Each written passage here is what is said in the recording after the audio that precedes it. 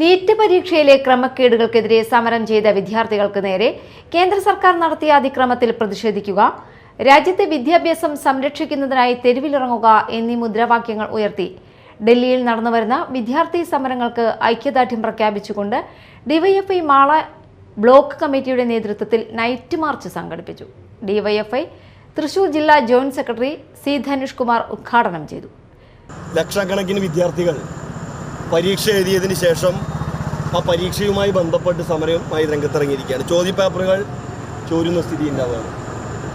ലക്ഷക്കണക്കിന് വിദ്യാർത്ഥികളുടെ ഭാവി തുലയ്ക്കുന്ന നിലയിലേക്കുള്ള ഒരു സമീപനം ഈ കേന്ദ്ര ഗവൺമെൻറ്റിൻ്റെ ഭാഗത്തുണ്ടായപ്പോൾ ഈ നിമിഷം വരെ ഒരു വിശദീകരണം തരാൻ പോലും അതുമായി ബന്ധപ്പെട്ട വിദ്യാഭ്യാസ വകുപ്പ് പോലും തയ്യാറാവാത്തൊരു സ്ഥിതി ഇന്ന് ഇന്ത്യ മഹാരാജ്യത്തിൻ്റെ ഒരു നിലയിലേക്കാണ്. തൊട്ട് മുമ്പാണ് നമ്മൾ കണ്ടത് ഒരു തെരഞ്ഞെടുപ്പിനകത്ത ഇലക്ഷൻ കമ്മീഷൻ്റെ ഒരു ഔദ്യോഗിക പേപ്പറിൽ BJPയുടെ സീല് വെച്ച് വരുന്നതും നമ്മൾ കണ്ടു. ആ BJPയുടെ സീൽ എങ്ങനെ ആ വിഷയത്തിനകത്ത് വന്നു?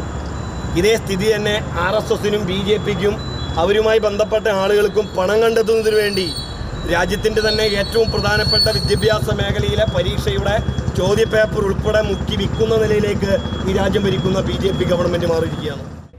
DYFI Mala block president PV Vinu അധ്യക്ഷത വഹിച്ചു.